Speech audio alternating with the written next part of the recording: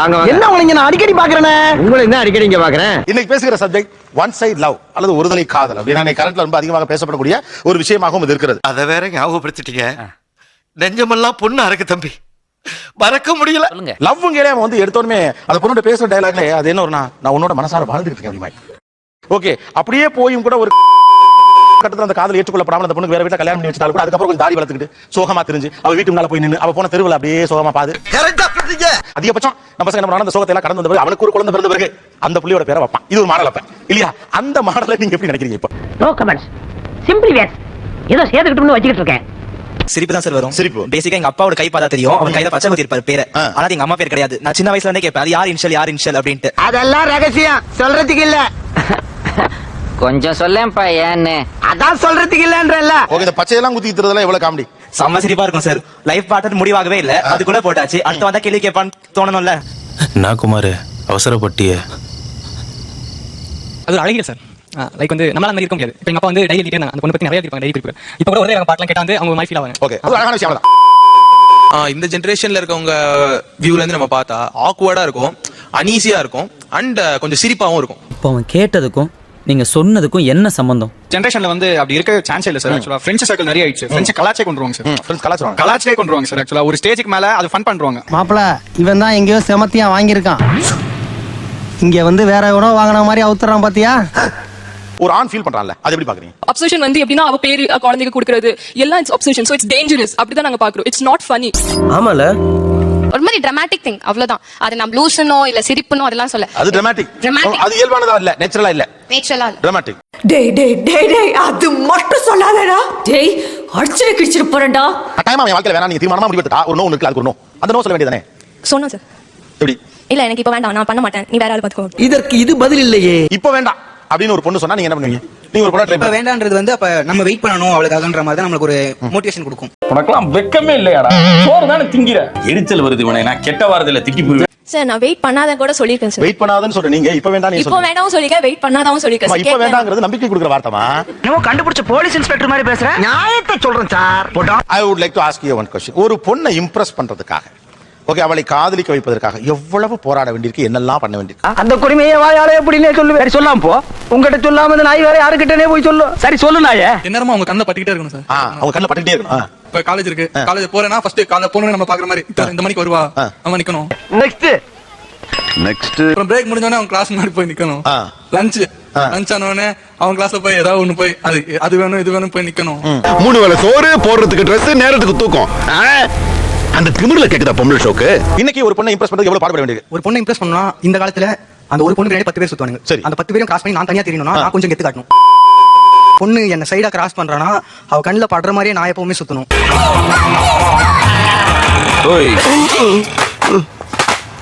இப்போ வந்து பொண்ணுங்க யாருமே மனசை பார்த்து லவ் பண்றது இல்ல சார். ஒரு நிமிஷம், உங்க வீட்டுல காதலிச்சிருக்காங்களா? அவங்க மனசை பார்த்து காதலிப்பாங்க. அப்ப அடுத்த உங்க ஃப்ரெண்ட் ஒருத்தர் காதலிச்சிருக்காங்களா? அவங்க யார என்ன அவங்க எந்த டைப்ல காதலிப்பாங்க? மனசை பார்த்து. அதாவது வாய்க்கு வந்தபடி எல்லாம் பேசக்கூடாது. எதா இருந்தாலும் நியாயமா பேசணுமா இல்லையா?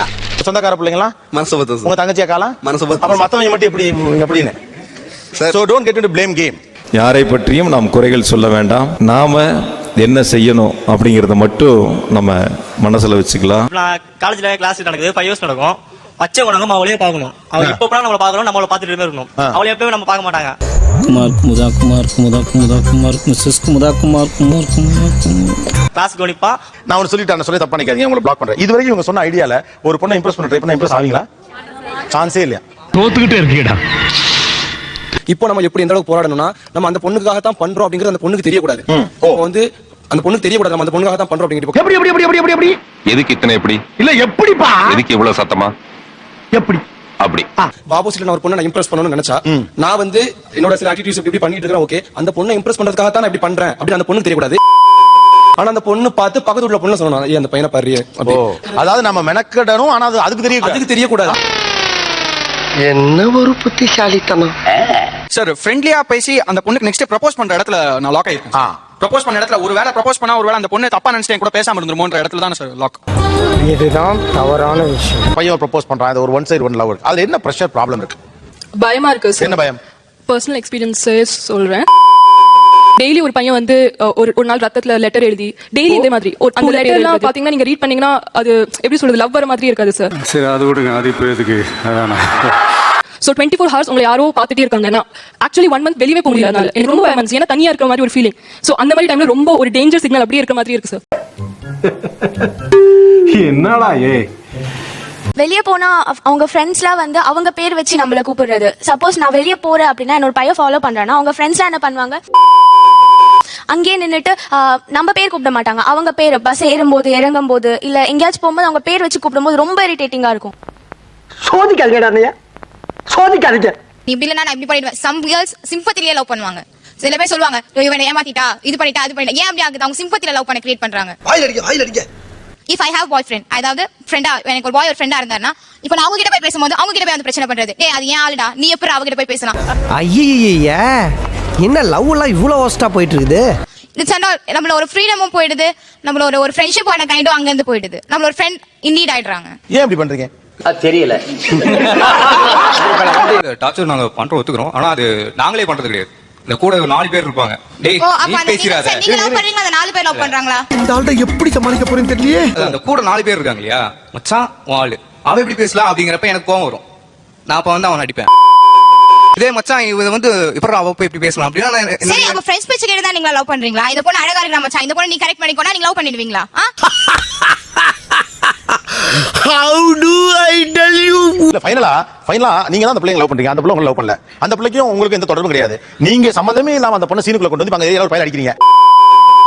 ஏன் அடிச்சாங்க அந்த பையனை கேட்டா, இந்த பிள்ளைய அவன் லவ் பண்றானா, அந்த பிள்ளைகிட்ட இவன் பேசினானா, சம்பந்தம் இல்லாம வீட்டுக்குள்ள இட்லி தின்னுட்டு இருக்க பிள்ளை பேர்ல கெடுது. நான் கேட்க மாட்டாங்க, அறிவு வேணாங்க. சிங்கிள் சைட் சின்சியரா லவ் பண்றோம் சார். நாங்க கொடுக்குற ரெஸ்பான்ஸ் அவங்க கரெக்ட்டா ரெஸ்பான்ஸ் கொடுத்தா இதெல்லாம் பண்ண வேண்டிய தேவையில்லை சார். அப்ப நான் உங்களுக்கு ரெஸ்பான்ஸ் பண்ணா உங்களுக்கு லவ் பண்ற மாதிரி தான் அர்த்தம். உங்களுக்கு அதான் ரெஸ்பான்ஸ் பண்றது லவ் பண்றது இல்லையே एक्चुअली. நீங்க அப்படி தான சொன்னீங்க. Oh, I said that too. இல்ல I'm just thinking. ரெஸ்பான்ஸ் பண்றது வந்து ஒரு நம்பர் வாங்கி பேசலாம். அட்லீஸ்ட் மனசுல என்ன இருக்குன்னு தெரிஞ்சுட்டு இப்போ நீங்க நம்பர் என்கிட்ட வாங்கும்போதே நான் உங்களுக்கு அக்செப்ட் பண்ணதா அர்த்தம் மச்சான். நான் நம்பர் நாங்க நினைச்சீங்க, நீங்க அப்படி நினைச்சிட்டு நாங்க நிச்சயமா நீங்க ஒருத்தவங்க நினைக்கல சொல்ல நினைப்பாங்க. ரைட் விடு. இந்த கிளி கிளிக்கிறாளே எந்த ஒரு காரியா இருப்பா. லவ் பண்ணிச்சா லவ் பண்ணலனா நான் அப்படியே யோசிப்பேன். லவ் பண்ணல என்ன பண்ணுவீங்க? சின்சியரா பண்ண லவ் பண்ணி சின்சியரா பண்ணது எனக்கு தெரியும். அது எனக்கு கிரிக்கெட் நீங்க என்ன பண்ணுவீங்க? லவ் பண்ணுவா நம்பிக்கை இருக்கு. சான்ஸ் இல்ல. கிரிக்கெட் வரும்போது எப்படி உங்களுக்கு நம்பிக்கை வரும்? வேற டேய் கூட்னு போங்கடா, கோவத்துல போட்ற போறேன். நம்பி ஃபர்ஸ்ட் இரிட்டேட் ஆவாங்க. 4 தாட்டி எந்த பொண்ணு சீன்னு சொன்னா நீங்க பின்னாடி போவீங்களா? என்னங்க புரியல? 4 தாட்டி ஒரு பொண்ணு உங்களை சீன்னு சொன்னா நீங்க பின்னாடி போவீங்களா? போவாங்க. மானகட்ட பையா.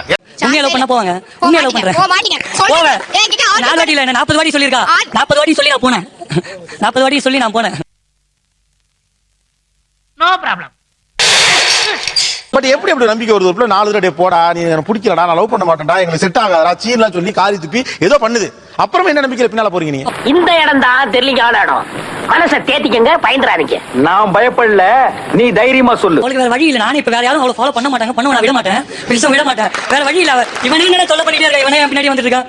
நான் சர்க்கிள் மாதிரி கிரியேட் பண்ணிடுவேன். அட பாவி, ஆளை பார்த்தா டம்மி பீஸா இருக்க, பயங்கரமான ஆளா இருக்கேடா. இவன் நம்ம பின்னாடி சுத்துறான். இவ்வளவு வாட்டி நம்ம சொல்லியும் நம்ம பின்னாடி வரேன். லவ் பண்ணி தான் பாப்போமே லைட்டா தோணும் உங்களுக்கு. தோணி ஃபர்ஸ்ட் பேசலாம், எடுத்தோனே அவங்க லவ் சொல்ல மாட்டாங்க. சரி நான் உங்ககிட்ட பேசுறேன், ஜஸ்ட் ஃப்ரெண்டா தான் பேசுறேன், நான் லவ் எல்லாம் பண்ண மாட்டேன். ஃபர்ஸ்ட் ஃப்ரெண்டா தான் பேசுவாங்க, அதுக்கப்புறம் நம்ம அவங்க கிட்ட பேசி இம்ப்ரெஸ் பண்றதுல தான் இருக்கு. டேய் விடுறா. எப்படின்னு என்னப்பா எப்படின்னு என்னையா?